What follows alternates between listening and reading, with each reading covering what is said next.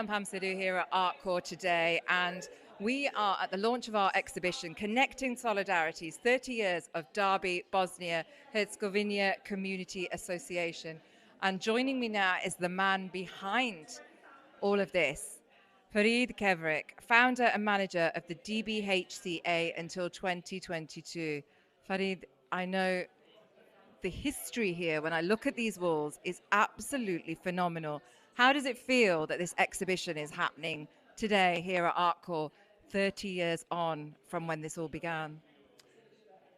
Thank you very much. Today, in my mind before, I never had that this day will come, but it comes. I'm surprised on something that was happening, but I didn't notice that during all these years. I came to this country on maybe different way. I never came to this country to stay. I came to be for 2-3 months and then go back. But it's happened. Why? I was an army officer. Yeah, so you left your home thinking you would go back in 2 or 3 months, but it wasn't possible. So tell us what happened. I was an army officer, rank major. In one moment, in 92, I realized that my colleagues are planning to assassinate me, to kill me. So I was trying to be polite with them, pretend I know nothing, but I had my plan to escape when I got a chance because they follow me. I was under surveillance nearly 24 hours. So when that I came, it was just half an hour. In that half an hour, I get out from the barracks. I cross River Drina. I get to the Serbia, to the nest of that nationalism. But I was in uniform. Nobody knows my name. Nobody knows who I am. Even people saluting. But I was planning to get out of the country. So I managed. So I managed to get out from former Yugoslavia, through the Hungary, to the Germany. They stopped me in Germany for 2 weeks. I needed visa to cross to the Belgium and Holland. Somehow, that is the story, special story, how to I get to visa. So coming to England on 17 July 92 by car. I was only a refugee or asylum seekers or migrant coming by car, but I had car. That was the only way of transport. So I came in 92. In July, I set up in Derby. I never moved out of Derby.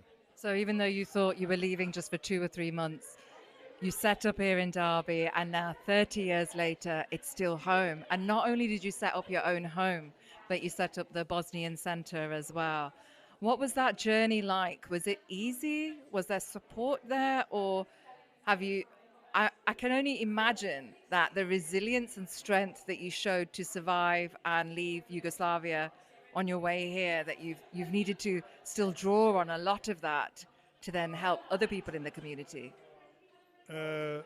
First, I had the knowledge about this country, but I didn't spoke a word of English. So after 3-4 months, I realized I'm not able to go back to Yugoslavia.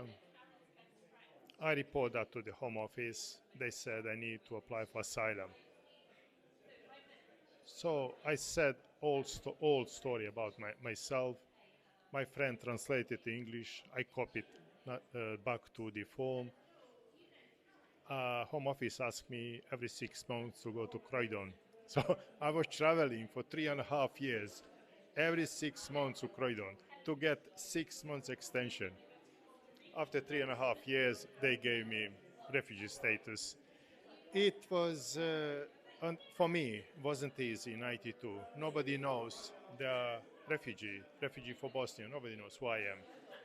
In 94, the government stepped in. Government brought to the other people to the England.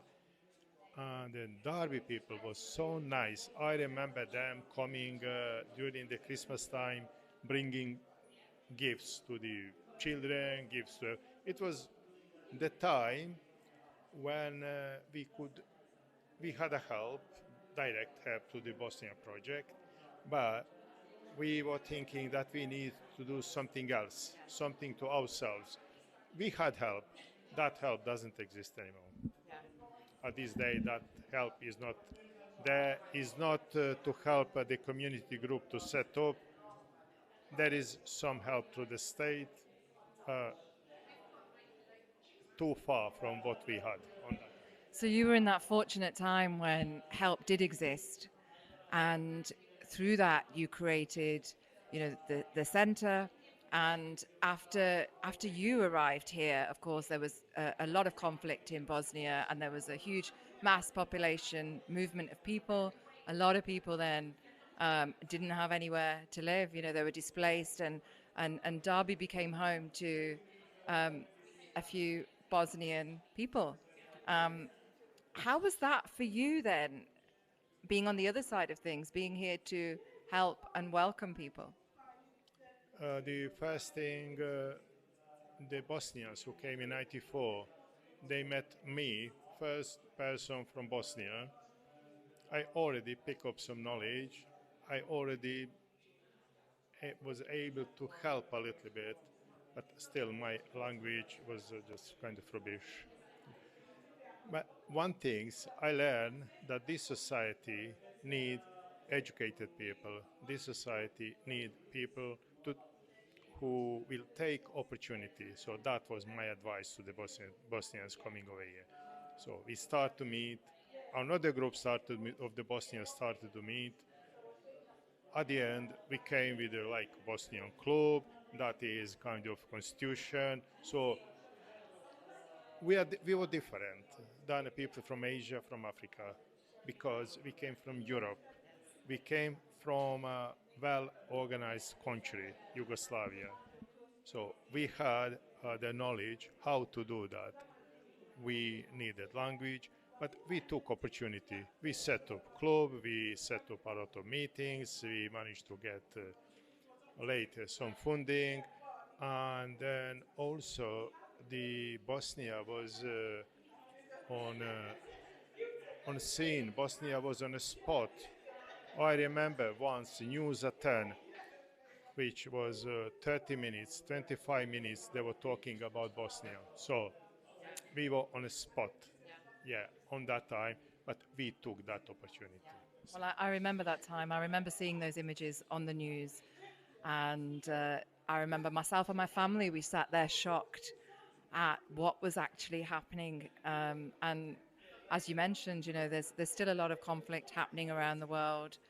But let's bring it back to this exhibition today, because of course this is showing the journey and showing the great achievements of the Bosnian Center and how the community here has settled. So how did this project come about? Who approached you?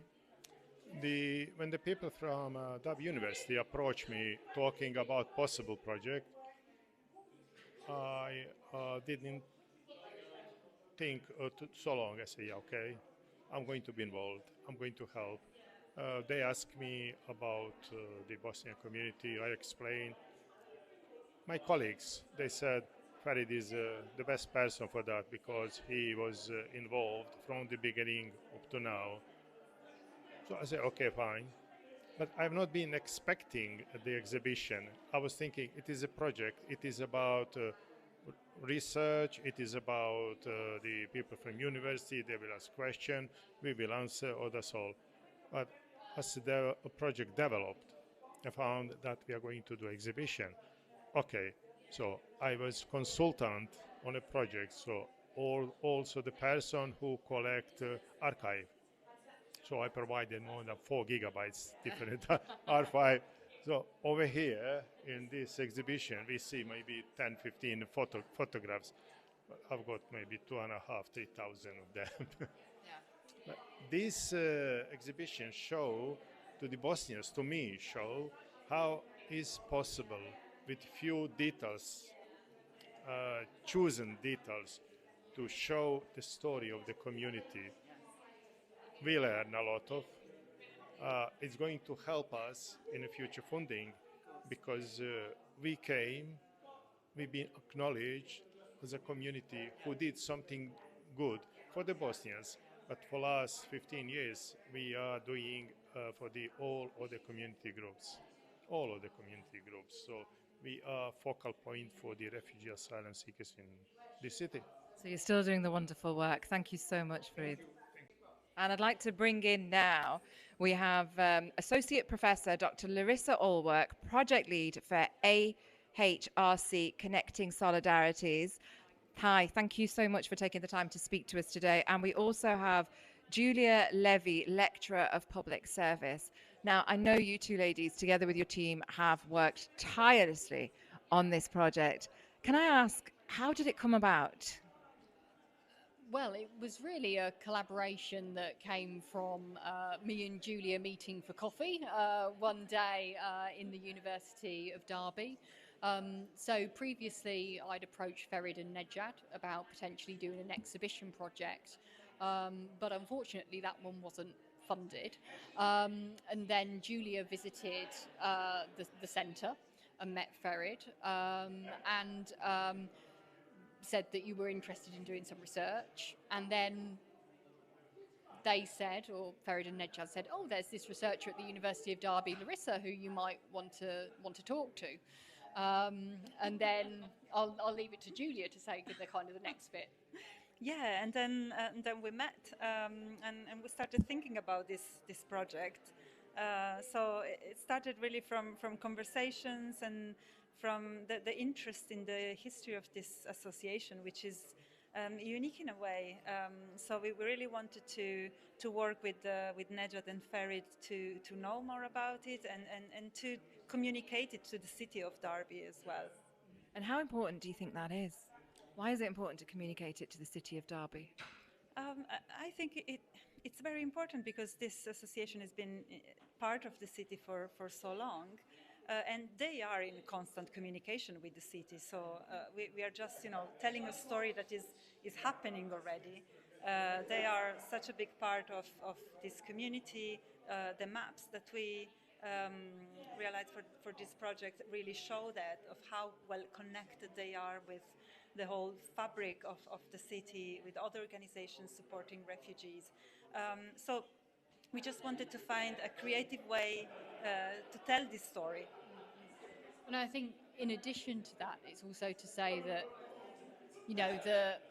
the anniversary in 2025 of 30 years, since Srebrenica made this a particularly historic moment in order to do this project and to mark this commemorative moment. And I think what's really fascinating about the centre is the way in which they've embodied that as an ethic. So they take what happened to them as a community, but then they support new refugees who are experiencing similar issues. And those new refugees might not even be from where they were originally from. They're helping all people, regardless of which war-torn conflict they've come from. Absolutely. So I think that made this project, really, really interesting for me because of that dimension to it. And then the other dimension to it from the perspective of a historian as well is that over the course of 30 years, you have a number of generational stories. So you have the story of someone like Ferid, who was, very much a man who had children when he came to the UK in 1995. Then you have those children who came in 1995, who were children or who were teenagers, who have now grown up now into adults with their own children. So that moment of 30 years becomes a really important moment to tell all of the different multi-dimensional perspectives on not only the experience of this conflict at first hand, but also the way in which that is communicated to future generations of that community.